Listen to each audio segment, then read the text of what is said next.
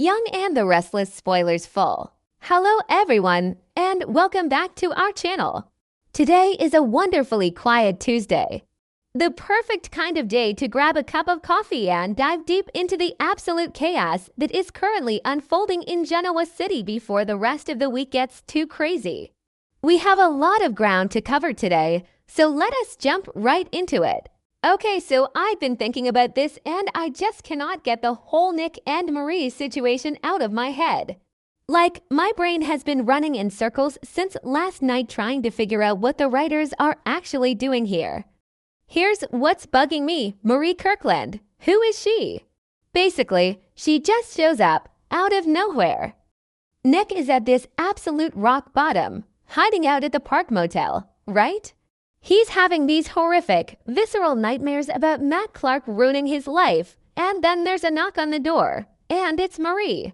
She says she heard him screaming and crying, and then she just casually asks if he has any drugs to share. I mean, what are the odds? Wait, no, let me back up. The odds of a fellow addict being in the room next door at a cheap motel outside of Genoa City, Wisconsin, are probably pretty high, actually. But in soap opera land, there are no coincidences, literally none. So my brain immediately goes to the sinister route. Is Marie a plant? Did someone track Nick to that motel and order her to latch onto him? I mean, think about it. Victor Newman has a long history of hiring women to manipulate his sons. Or maybe not. I don't know. Would Victor really hire a woman to do hard drugs with his son who is actively spiraling? That seems too dark, even for the mustache. Actually, no. First, I should mention the overdose. Because if Marie was a plant, she took it way too far. I think it was episode 12 or 13. Somewhere around there where they sleep together, and Nick wakes up and realizes she isn't breathing. He has to do CPR. He literally brings her back from the dead. And her first words when she wakes up are that she wants to die. That is heavy, like really, really heavy. And it completely shifts the dynamic from random hookup to a massive psychological trauma bond. Nick has this massive hero complex. He always has. It probably stems from all the times he couldn't save the people he loved. What was I saying? Oh, right, Cassie. In his drug-induced nightmare right before he met Marie, Matt Clark was taking him on a tour of his failures, and Cassie's death was a huge part of that. Or wait, it was Mariah pretending to be Cassie. I can't remember perfectly, but the point is, Nick is haunted by the people he failed to save. So when Marie stops breathing, and he actually manages to save her, it clicks something in his brain. He finally saved someone, even if he's the one who provided the drugs that almost killed her. It's weird, like really weird. The whole thing is just weird. But then again, that doesn't explain why they both end up in the exact same rehab center. Okay, I know I just said the opposite, but hear me out. Rehab facilities have incredibly strict privacy and admission policies. The idea that Nick, a billionaire heir, and Marie, a random woman from a cheap motel, would just happen to check into the exact same facility at the exact same time. Come on. Someone orchestrated that. Did Victor pull strings to get her in there because he realized she's the only one Nick connects with right now? Or did Marie request it because she's obsessed with the man who saved her life? Anyway, the point is, wait, what was the point?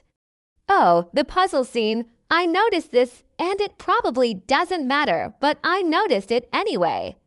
Nick is sitting there in rehab, doing a jigsaw puzzle. He's frustrated because he can't find a piece. And Marie just walks by, places the exact missing piece, and says something like, "Sometimes it just takes a fresh set of eyes for things to fall into place." I mean, could the writers be any more heavy-handed with the metaphors? She is literally the missing piece to his puzzle right now.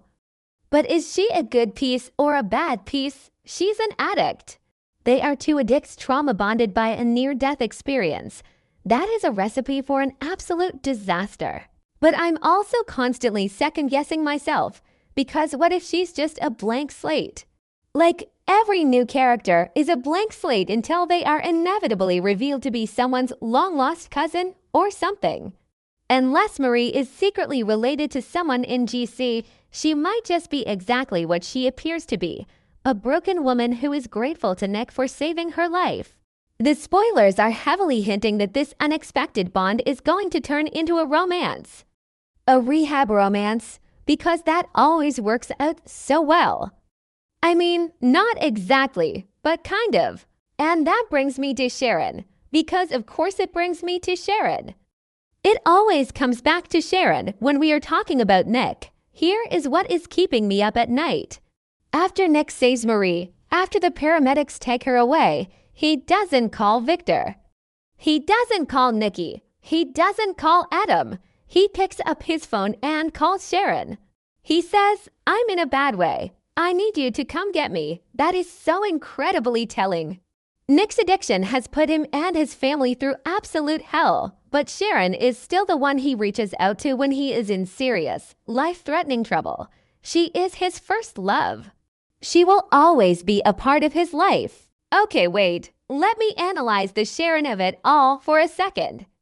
Sharon is currently losing her mind with worrying over him.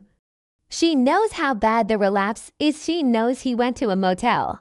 And she definitely knows that Nick's brain is broken right now. But why are the writers doing this? We haven't seen Nick and Sharon legally married since the 2000s, I think. I'd have to go back and watch the old episodes, but it's been forever. They tried to get married twice since then, and both times the writers just ripped it away from us. It is infuriating. And now, just when Nick is at his most vulnerable, they introduce Marie. It feels like Marie is the newest obstacle for Schick. But she is a very different kind of obstacle. She isn't a Phyllis. She isn't a Chelsea. She is someone who is fundamentally tied to Nick's sickness. Nick doesn't love Marie. At least, I don't think he does. But she has become this crucial part of his recovery process. When you save someone's life, you feel responsible for them. Nick is probably projecting all of his guilt and his need for redemption onto Marie. If he can save her, if he can help her get clean, then maybe he can forgive himself for all the terrible things he's done. But then again, that doesn't explain the Matt Clark factor. Okay, I need to backtrack again because I can't talk about Nick's addiction without talking about Matt. Basically, Nick's entire spiral started because Matt Clark came back to Genoa City. And Matt isn't just back. He's pretending to be this changed, redeemed man. He's working for Phyllis. He's apologizing to Sharon. He's acting like he just wants to earn forgiveness. And Nick's brain simply cannot process this. Nick knows Matt is a monster. He remembers what Matt did to Sharon, to Noah, to everyone. So when Nick sees Matt walking around freely, it creates this intense cognitive dissonance.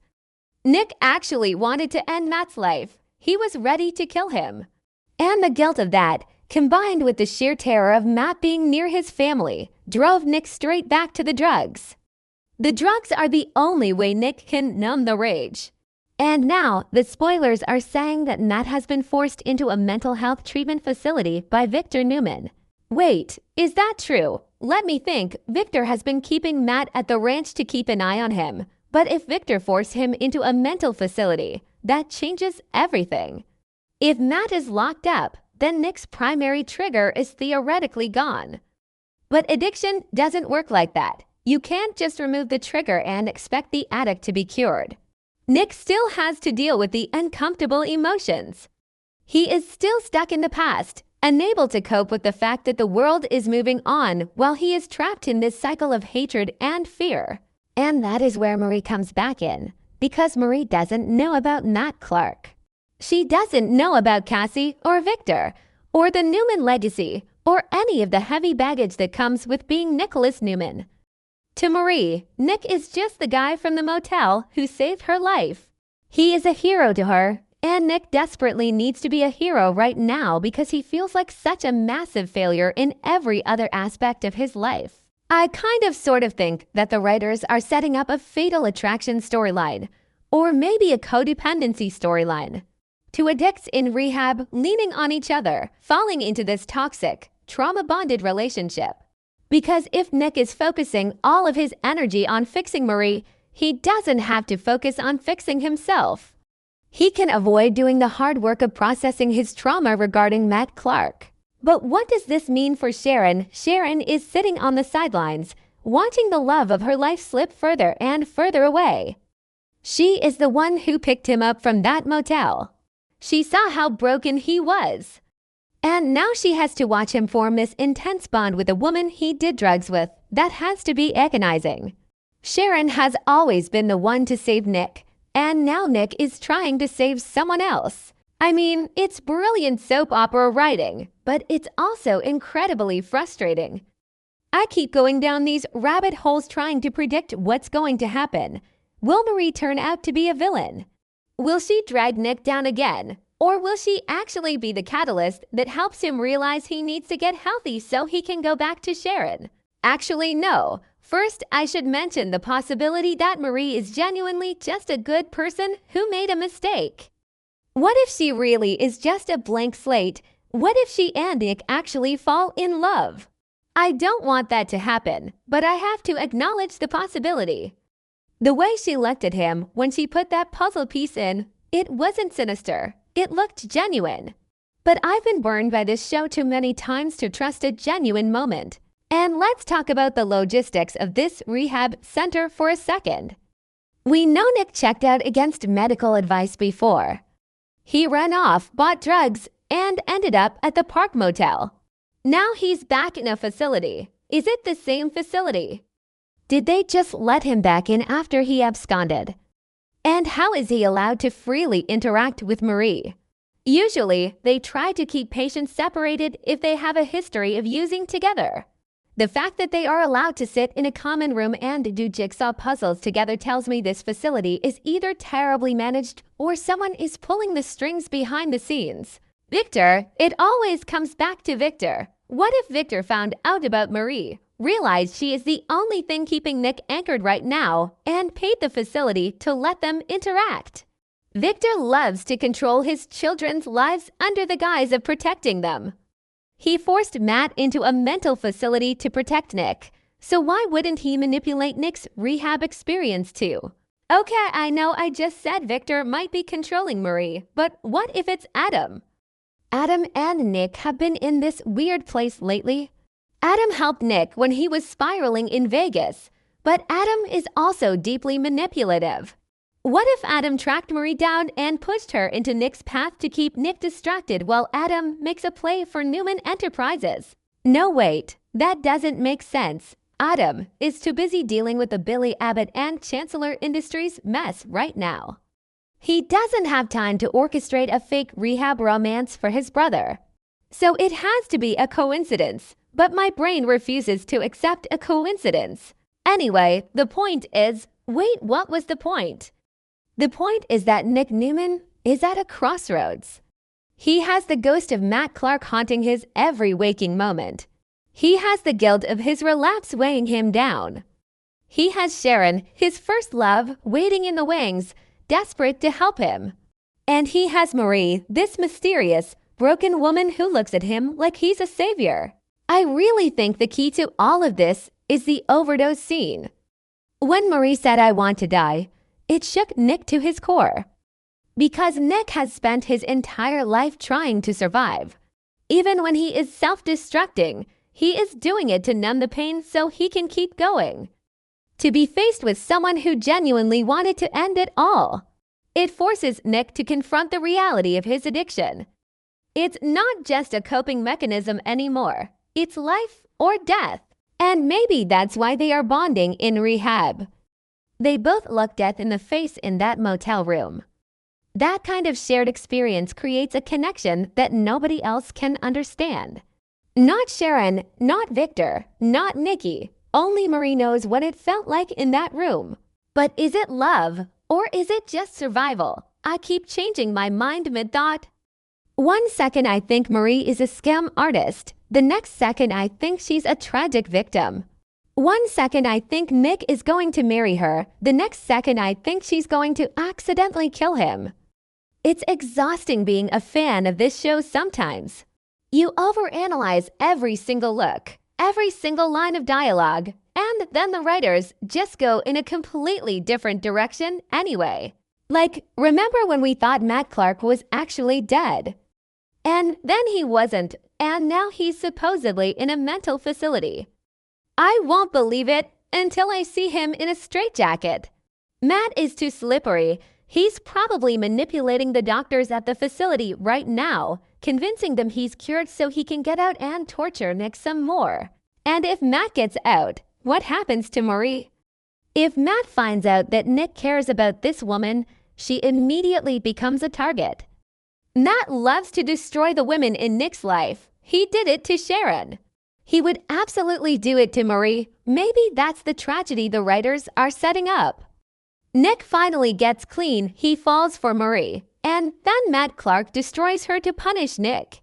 Oh my God, that is so dark, but it makes so much sense.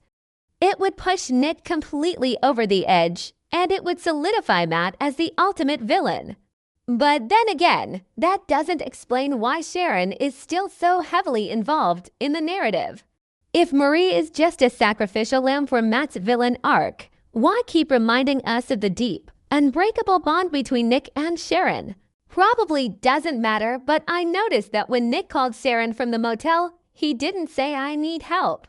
He said "I need you to come get me." He didn't want an ambulance. He didn't want the police. He wanted Sharon. That implies a level of trust that goes beyond just being co-parents. It implies that Sharon is his safe place. So if Sharon is his safe place, why is he doing jigsaw puzzles with Marie? Because Marie is easy. Marie is uncomplicated. Marie doesn't look at him and see the golden boy of the Newman family who fell from grace. She doesn't see the man who cheated or the man who couldn't save his daughter. She just sees the man who did CPR and brought her back to life. It's basically a fresh start for Nick, but it's a false fresh start. Because you can't just erase your past by finding someone who doesn't know it. Eventually, the real world is going to crash into that rehab center. Victor is going to show up, or Matt is going to escape, or Sharon is going to demand answers. And when that happens, Nick is going to have to choose between the fantasy he is building with Marie and the messy, painful reality of his actual life. I don't know. I'm probably overthinking all of this. My brain is just jumping between ideas and I'm not organizing them perfectly, but that's what this show does to you. You stay up too late, analyzing character motivations, trying to be smart about it, and then you just end up confusing yourself even more. Like, what if Marie is actually related to Matt Clark? No, wait, that's too crazy. But what if she is? What if Matt hired her to get Nick hooked on drugs again? But then why would she overdose? Unless she didn't mean to overdose, unless the drugs were just that strong. I mean, Nick did say he bought fentanyl. That stuff is lethal. Okay, wait, let me back up. If Marie is connected to Matt, then the whole "I want to die" thing could have been an act to make Nick feel sorry for her. But you can't fake not breathing. Nick had to do CPR, so she really did almost die. Which means if she is working for Matt, she is dangerously committed to the bit. Actually, I think the simplest explanation is usually the right one. Marie is just an addict. Nick is just an addict. They collided in a motel room, almost died. And now they are clinging to each other in rehab because they are both terrified of falling back into the darkness. But I still think the writers are going to use her to stall Nick and Sharon's reunion, because that's what they do. They dangle shit in front of us. They give us these beautiful, emotional moments like Nick calling Sharon for help and then they introduce a shiny new character to keep them apart for another 2 years. It's weird, like really weird. The whole thing is just weird. And I'm going to stay up all night thinking about it. I just hope Nick actually gets the help he needs, because watching him suffer like this is genuinely hard to watch. But knowing this show, the suffering is only just beginning. Anyway, I think I've rambled enough for one night. I'm going to try to get some sleep, but I'll probably just end up lying awake thinking about jigsaw puzzles and cheap motels.